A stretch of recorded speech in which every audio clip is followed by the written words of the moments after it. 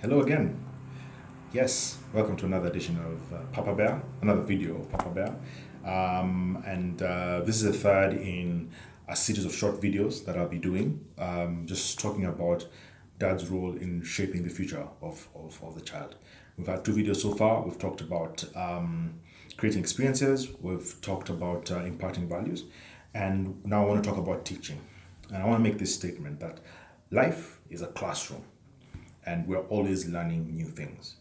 Now, what happens with kids is that they are very absorbent, like sponges. They take in a lot of information and they have a way of just remembering a lot of the stuff that they come across or the information that comes to them.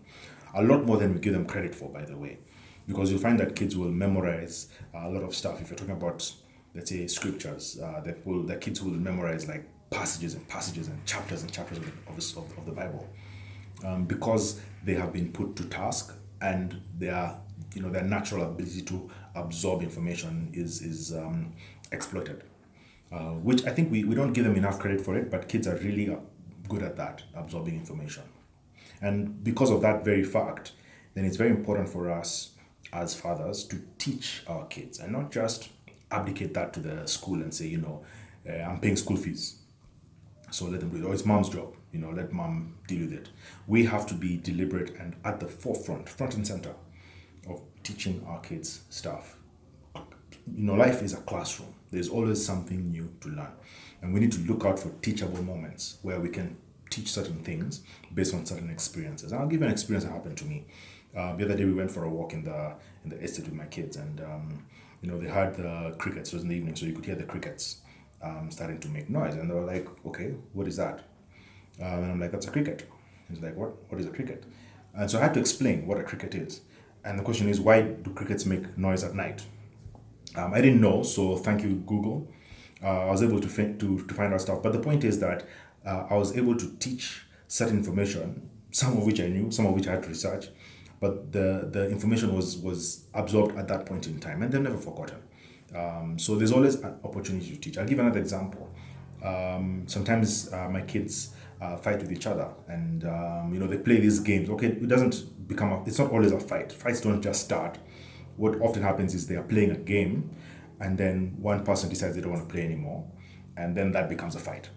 So my son would want to keep playing the game, and his sisters would be like, "No, we don't play this game anymore," and they'd be like, "Stop playing this game, stop, we don't want to do this anymore."